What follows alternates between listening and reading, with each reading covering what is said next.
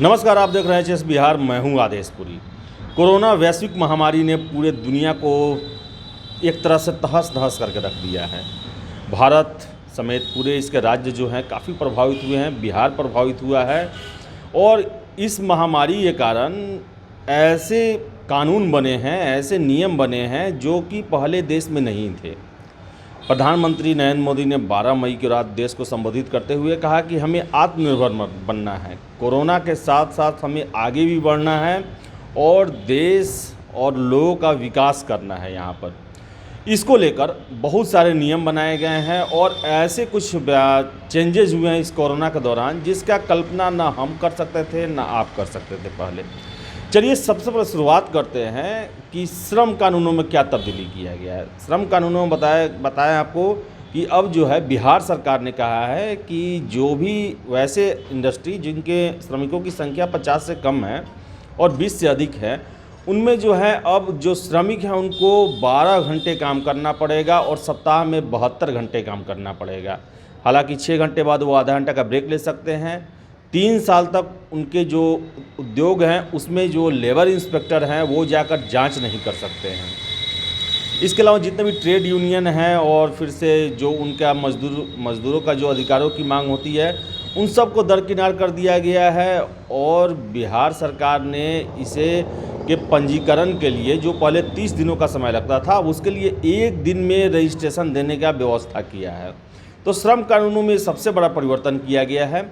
वही आगे आपको बताते चले कि केंद्रीय गृह मंत्री अमित शाह ने कहा है कि 1 जून से जो डिफेंस की जो कैंटीन होती थी उसमें अब स्वदेशी सामान ही मिलेंगे। कोई भी विदेशी जो सामान है, प्रोडक्ट हैं, वो नहीं मिलेंगे। यानी कि पूरी तरह से जो प्रधानमंत्री ने जो देश को संबोधित करते हुए कहा कि हमें स्वदेशी पर जोर देना है और आत्मनिर्भर बनना है, इसको ध्यान में रखते हुए 1 जून से जितने भी कैंटोनमेंट हैं उनके कैंटीन में जो भी सामान मिलेंगे वो स्वदेशी मिलेंगे। आपको बताते चले कि 2800 करोड़ का बजट है ये कैंटीन सर्विस का और लगभग 10 लाख जो सैनिक और उनके परिवार जो हैं इसका लाभ उठाते हैं।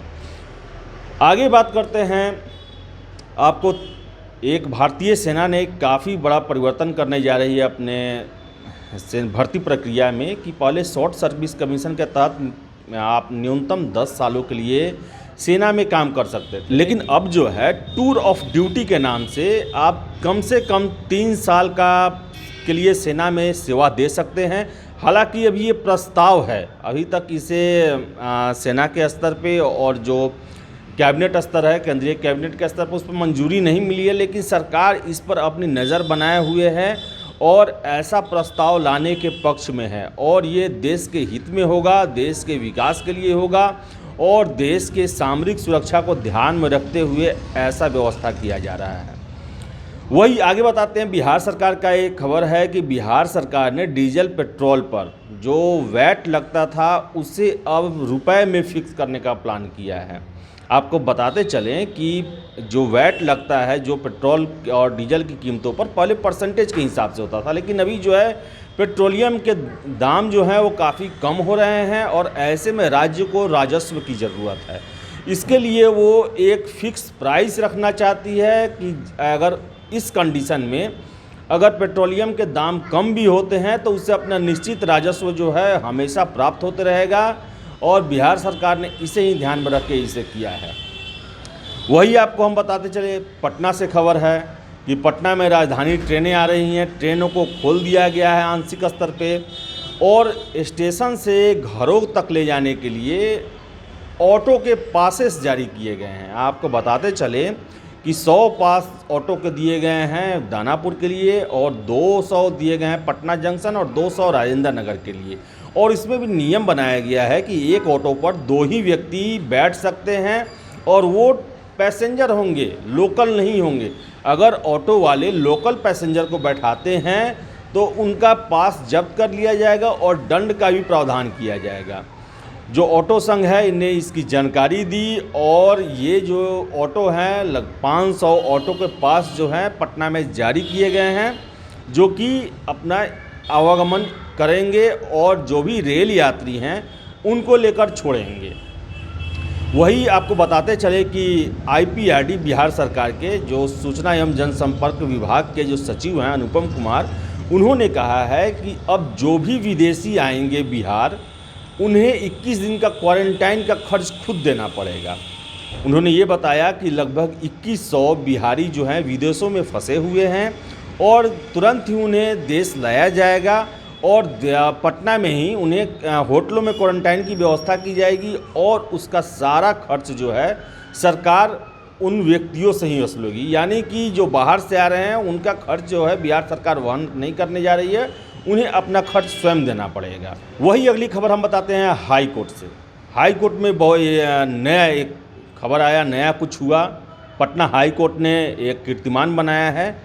आपको बताते चले कि ऑनलाइन अभी जमानत अर्जियों पर सुनवाई हो रही है और कल पटना जो हाई कोर्ट है उसने 400 बेल अर्जियों पर सुनवाई की। 795 लिस्टिंग में लगे हुए थे और 400 ऑनलाइन सुनवाई करने वाला पटना हाई कोर्ट देश का पहला हाई कोर्ट बना है।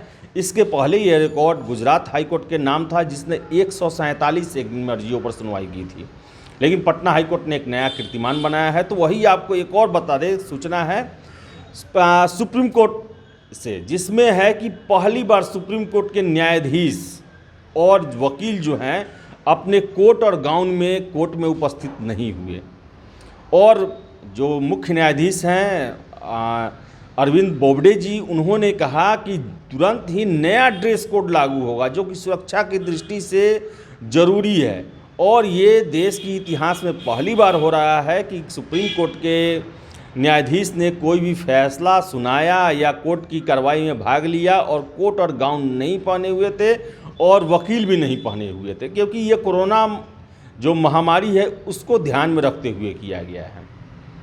तो वही अन्य सूचना आपको बताते चले कि CM नीतीश कुमार ने कहा है कि बिहार सरकार जो है वो रोज़ 10,000 लोगों का जो है वो जांच करवाई कोरोना से और इसके लिए उन्होंने समीक्षा बैठक किया और अधिकारियों को निर्देश दिया।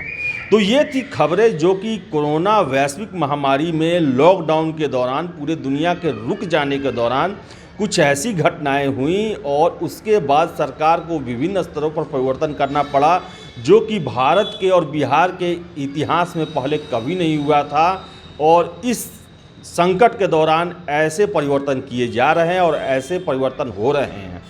ऐसे जो भी समाचार होंगे हम आपके पास सामने लेते आते रहेंगे, आपको इससे अपडेट करते रहेंगे। अगर आपको हमारा वीडियो पसंद आए तो इसे लाइक करें, शेयर करें और हमारे चैनल HS बिहार को सब्सक्राइब करना ना भूलें।